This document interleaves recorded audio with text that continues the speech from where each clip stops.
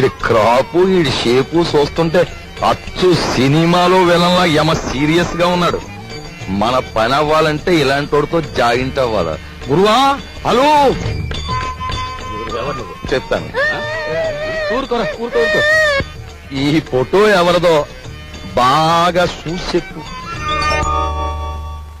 ఈ ఫోటో నీదేనయ్యా? దెబ్బతినేసో గురువా, నీకు బాడీ ఉంది గాని మెదడు తక్కువే. ఈ ఫోటో నాది కాదు, భుజంగరావు గారని ఈ ఊళ్ళో బాగా చిల్లర సంపాదించేసి బాగా మదించిపోయిన పెద్ద మనిషి ఫోటో ఇది.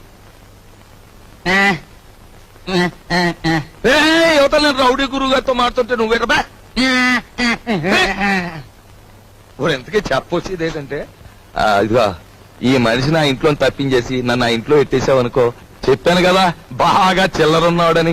ఆ చిల్లర మన ఇద్దరం సరిసమానం పనిచేసుకున్నాం. ఎలాగుంది ఐడియా? నీ కంటికి నేను ఎలా కనిపిస్తున్నానయ్యా? గురువా, నీ మొహం చూడగానే నాకేమనిపించిందంటే ఇక్కడ కూనీలు కంట్రీ పనులు రేట్లు వారీగా చేయబడును అని పోటీ కట్టినట్టు అనిపించింది. అలో వింటున్నావా? వింటున్నా. గురువా, నా బాడీ నిండా ఐడియాలు ఉన్నాయి గాని కలేజా లేదు. నీ కలేజా నా ఐడియాలు జాయింట్ చేస్తే కుమ్మేస్తాను. నేను పోలీసు వాళ్ళకి పాత చుట్టానే కావచ్చు, కానీ నన్ను పరీక్షించడానికి సిఐడి నిన్ను పంపించారని నాకు బాగా తెలుసు. హలో, నేను ఈ పని చేయను. వస్తా. హలో, ఇదెక్కడ పీకులాడు పంచాంగం రా నాయన, నన్ను సిఐడి అంటావేట్రా బాబా? ఎవర్రా నువ్వు నామేసేస్తా? హాపడక బ్రదర్. హలో, నువ్వు మోగోడు కదరా ఎలా మాడుతున్నావు? పైగా నన్ను పెదరు అంటావు. నీ కంటికి నేను పెద్ద ముష్టోళ్ళ కనపడుతున్నాను ఎట్రా? ఏటి ఎదవేస్తాను? ఈ వేషం ఒక్కటే కాదు, నువ్వు చూడాల్సిన వేషాలు ఇంకా చాలా ఉన్నాయి. చూస్తావేంటి నా విశ్వరూపం? పట్టుకో పట్టుకో. హలో,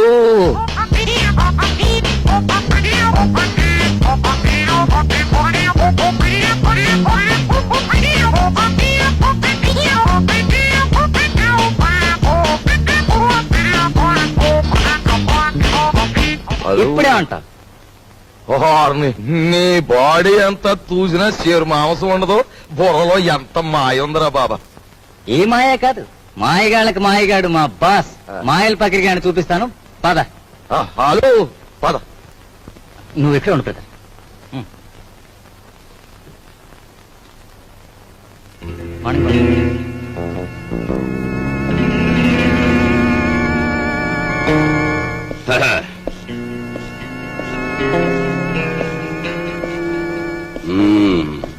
ఏరా, నీ పేరు వరాలా? పేర్లోనే వరాలు ఉన్నాయి కానీ చేతిలో మొరమొరాలు కూడా లేవు. బాబు, ఈ కత్తి కంటే నీ నవ్వే భయంకరంగా ఉంది. ఇంత భయపడే ఎదవే ఈ ఎదవ పనులోకి ఎందుకు వచ్చావురా? ఎందుకు వచ్చానంటే అలు అస్త్రాలు వదలడం అర్జునుడికి తెలుసు. అయినా ఫైటింగ్ సీన్ లో ఫ్రంట్ సీట్ లో కృష్ణుడిని ఎందుకు కూర్చోబెట్టాడు? ఐడియాలు ఎత్తాడని. మానసేంద్రి కూడా అదే గురువా. అందులో నా వాటా ఎంత? డేవిడ్ గురువా, మనలో మనకి పీకులంట పంచాంగం ఎందుకు? 50-50 పనిచేసుకుందాం. మాట తప్పితే మర్డర్ చేసి. ఓకే ఓకే అనే ముందు నాదో చిన్న షరతు. మరేం లేదు గురువా, ఆ కర్ణుడు తాలూ కవచకుండలాలన్నా ఆ బాడీ నుంచి దూరం అయ్యాయేమో గాని మా బాబాగాడు నా సంఖ్యని సెపరేట్ అవ్వడం. మరి నేను రంగంలో దిగిన తర్వాత ఈయన్ని నువ్వే కాసుకోవాలి. కాసుకుంటా, కానీ ఈయన మాత్రం నేను ఎత్తుకోను. ఎత్తుకోనంటే ఎలా గురువా? ఎత్తుకోపోతే ఏటవుద్దంటే ఊరుకోరా ఊరుకో. అది ఈడితో న్యూసెన్స్. ఆయన చేత ఈడు మన కూడా ఉంటే అల్లరే గాని చిల్లర రాలదు. సరేలే తాలే. ఎళ్ళు బాబా, ఎళ్ళు, జాగ్రత్తగా వెళ్ళు బాబా. అది అదిరా బాబా, అది.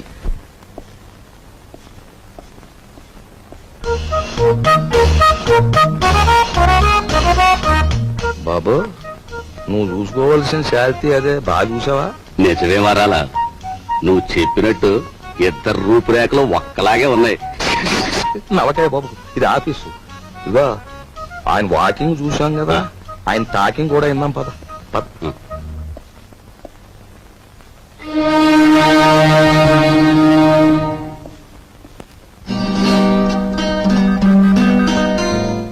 నీ తెలివితేటలు పరీక్షించడానికి సర్టిఫికేట్స్ చూడనవసరం లేదు.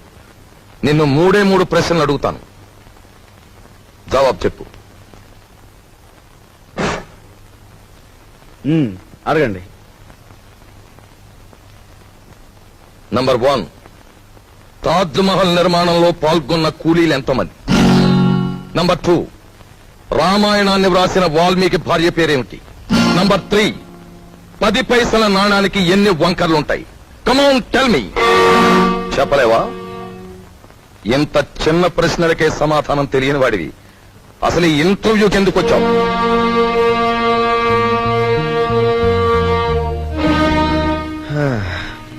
చెప్తాను.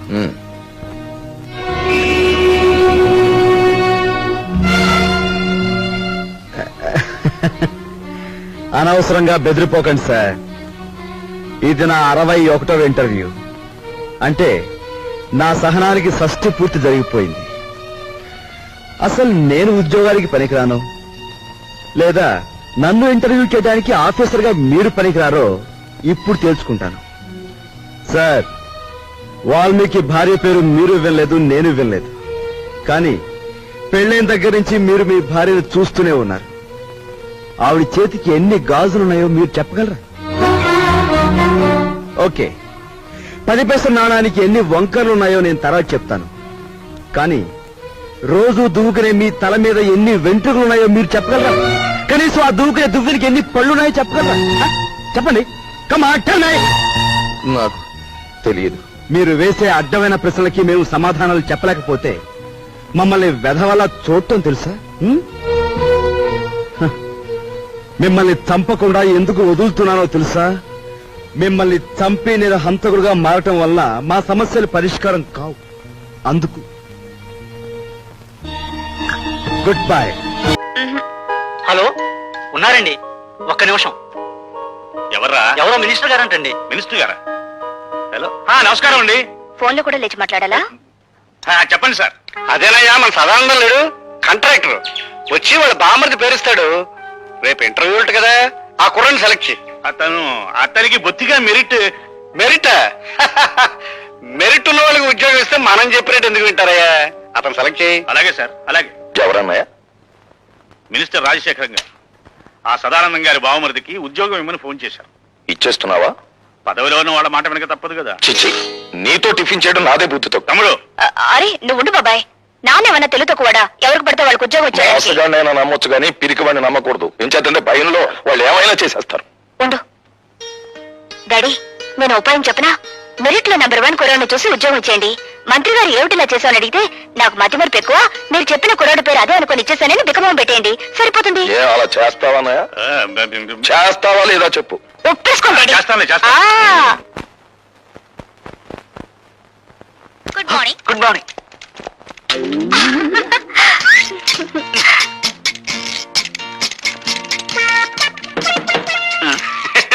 ఏం ఆంజనేయులు, ఏం జరిగింది? You don't worry sir, just call జారిందంటే. ఏం లైలా, నీ టేబుల్ దగ్గర ఏమన్నా తెలుగు ఐస్కంతం పెట్టావా? ఏమోనండి, నాకు తెలియడం లేదు. సరిగ్గా నా టేబుల్ దగ్గరికి వచ్చేసరికి అందరికి పెన్నులు, పెన్సిళ్లు, ఫైల్స్ జారిపోతుంటాయి. వీరికి ఏకంగా కాలే జారినట్టుంది.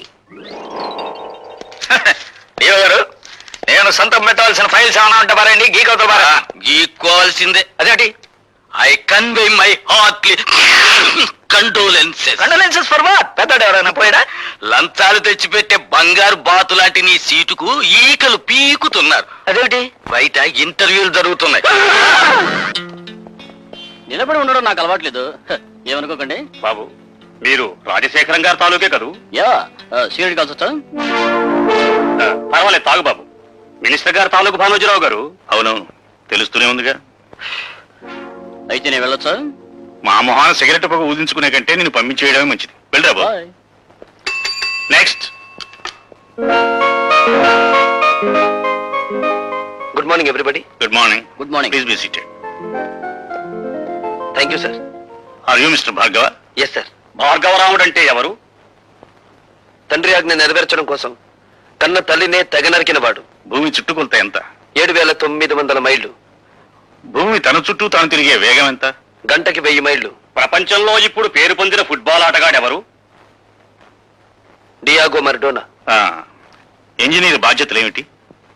స్వార్థపరుడైతే దేశానికి వెన్నెముక లాంటి ప్రాజెక్టులను కూల్చివేయడం, నిస్వార్థపరుడైతే వాటిని నిలబెట్టడం కోసం తనుకూలిపోవడం. మొదటి ప్రపంచ యుద్ధం ఎందుకు వచ్చింది? ఒక డాక్టర్ నిర్లక్ష్యం వల్ల.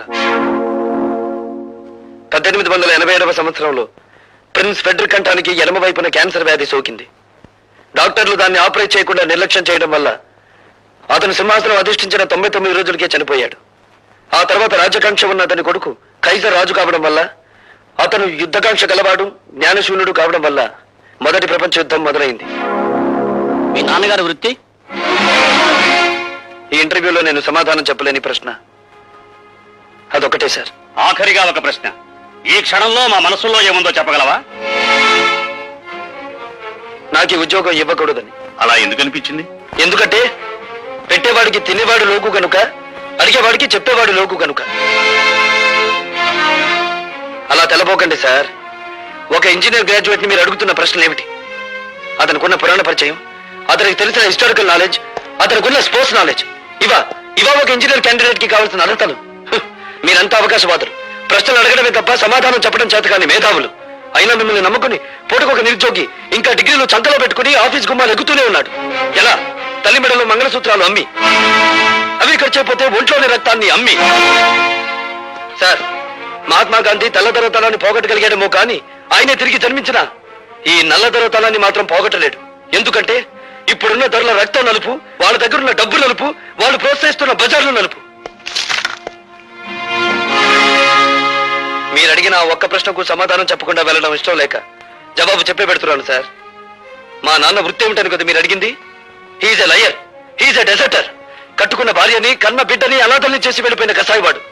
ఆ కసాయివాడి రక్తాన్ని పంచుకు పుట్టాను నేను. అయినా మిమ్మల్ని ఏమీ చేయకుండా పెడుతున్నానంటే నా చదువు నాకు నేర్పిన సంస్కారం. ఈ దేశంలో గాంధీల సంఖ్యను పెంచండి కానీ గాడ్సేల సంఖ్యను కాదు.